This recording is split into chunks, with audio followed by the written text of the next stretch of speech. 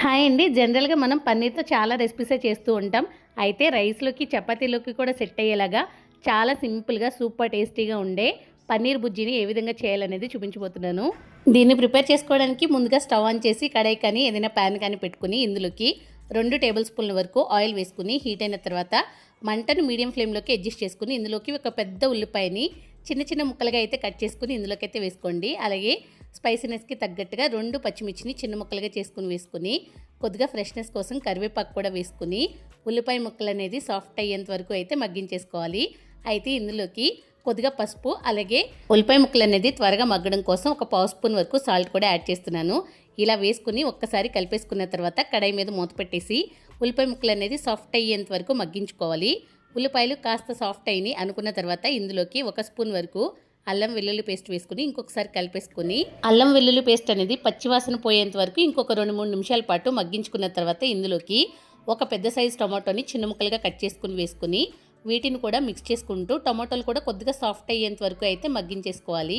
టొమాటోలు కూడా కాస్త సాఫ్ట్ అయినాయి అనుకున్న తర్వాత ఇందులోకి టేస్ట్కి సరిపడగా సాల్ట్ అయితే వేసుకోవాలి. నేను ఆల్రెడీ ముందే కొద్దిగా వేసాను కాబట్టి అడ్జస్ట్ చేసి అయితే వేస్తున్నాను. అలాగే ఒక 3/4 స్పూన్ వరకు కారం, 1 స్పూన్ వరకు ధనియాల పొడి, అలాగే ఒక హాఫ్ స్పూన్ వరకు గరం మసాలాను కూడా వేసుకుని ఇందులోకి మంచి ఫ్లేవర్ కోసం క్రష్ చేసుకున్న కసూరి మేతిని కూడా కొద్దిగా వేసుకోండి. పన్నీర్కి కసూరి మేతి అయితే మంచి కాంబినేషన్ అని చాలామందికి తెలిసే ఉంటుంది. ఇలా అన్నీ వేసుకుని కలిపేసుకుని ఇందులోకి ఒక హాఫ్ గ్లాస్ వరకు అయితే వాటర్ వేసుకోండి. ఇవన్నీ కాస్త ఉడకడం కోసం మరీ ఎక్కువ వాటర్ అయితే వేయొద్దు.